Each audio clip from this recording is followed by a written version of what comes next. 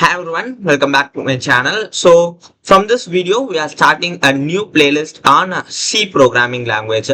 We will be also doing videos on Java bootcamp as well, but we are starting C programming language because most of the college students in the first semester they will be having C programming language as it is very basic stuff. So we will also be looking in C language as well. We will also be continuing with Java bootcamp as well in a separate playlist. Okay, so yeah, for Java we are using IntelliJ IDEA, but for C I'm just going to use uh, VS Code only, Visual Studio only. Okay, so hope you are clear with the basics in C. So we are straight away jumping into the functions. So how we just include the stdio.h in main. So this is how we write a C program, like hash include stdio.h int main, and we'll be writing our program over here. Just I'd like to give a return statement over here. Oh, return 0. This is how we'll be doing. How to declare a function. So basically, if something is above the main can access it. If it is below, we need to provide the declaration over there. So it's better to always write our functions above the main. If it is not, I will show you how to do that. So I'm just going to give it as void because hope you know about the data types int, float, and all are used for returning values. They are used to specify the return types. Likewise, how we used to see in Java, we will be giving like a int float for returning floating point values. We will be giving void to tell that the function doesn't going to return any values. So I'm just going to say void reading. So I'm just going to print. It should be in the new line now. Hello. Okay, what will happen if I call this function? How we call? We just give the name, set of parentheses. That's it. Let me run it.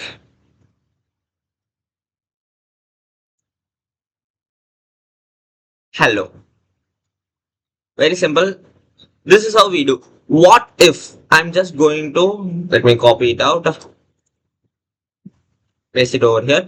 If I call this, it can't. The main function cannot deduct the Yeah, main function cannot deduct the greeting function. Why? Because main always have access to the functions above it. So it should, it no matter, we could provide the definition for it below it, but we should define our function before the main. So see how I am doing it. How we declare a variable, like that we need to declare a function. So how will we declare a variable? Just give the data type and the name. For function, we need to give set of parentheses. That's it. If I run it now, it works. Hello. That's pretty straightforward. So let me take a character array of size, character array. So I'm going to give character s is equal to Ajim. Let me pass it to the greeting function s and hello modulo s comma s. Now what will be happening? Oh, in the declaration part I haven't given that. If you have any parameters over there in the function, you must specify them even in the definition, in the declaration as well. Hello Ajim. So basically this is how functions work in C. So we'll be covering more advanced topics in the upcoming videos. Now let me show you one example. Okay, this is good. Let me comment all these stuffs in main.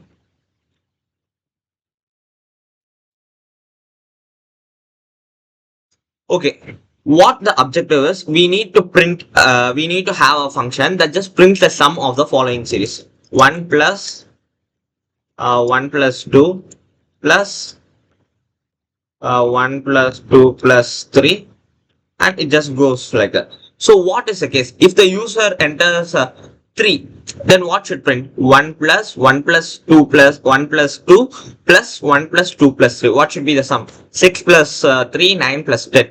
10 should be the output. Okay, let me create a function for that. I'm just going to return the sum over there. So int sum of series. So I'm just going to have have a parameter of n. N is going to specify the number that the user gives. So what should be happening over there? Let me take a variable name sum is equal to 0.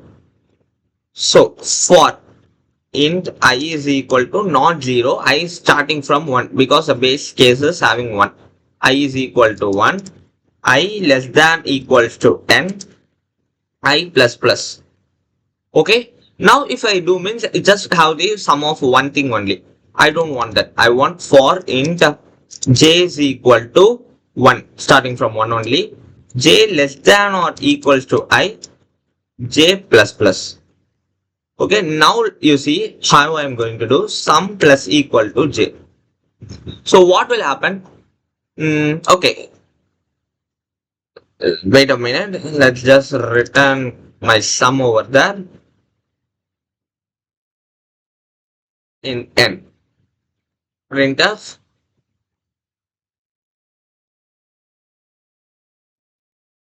enter the limit. Scanf.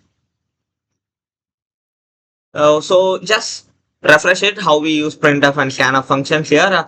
Modulo d ampersand n, because ampersand is used to locate the address over there, and printf. I wanted to have in a new line. Oh,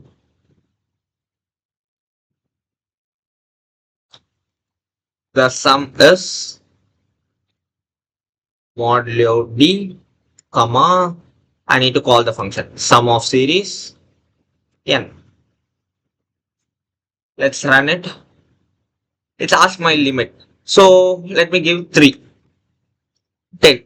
So let's try to debug it. Whenever you solve a problem, try to run it manually. What will happen? We just ask the input from the user gives 3, n will be having the value 3. When I call a sum of series with n, 3 will go over there. For I is equal to 1, I less than or equal to n. It's just specifying this. This will be running for first time, second, and third. The I loop is going to specify this. 1 plus 2, 1 plus 2 plus 3, for how long the program should run. It's going to be specified by the I loop over there. And j is used to actually add those numbers in your variables. So I loop is not going to add anything. It's just going to specify, okay, it is something here. J, now j goes in and takes the values. Okay, 1 is there. Add it into the sum. Is there any other value? No. The j loop finishes. So then I again goes to the next part. Next statement. So now j comes in. Okay, I is the, 1 is there. Add it in your sum. Okay, 2 is there. Add it in your sum. There is nothing. N. Then I again go to this. So j will come. Okay, 1 is there. Add. 2 is there. Add. 3 is there. Add. Like this, the program will be running. So hope it is clear. If you have any doubts, ask in the comment section. We will be uploading videos regularly for the C programming language as well. So stay tuned for more updates. Thank you.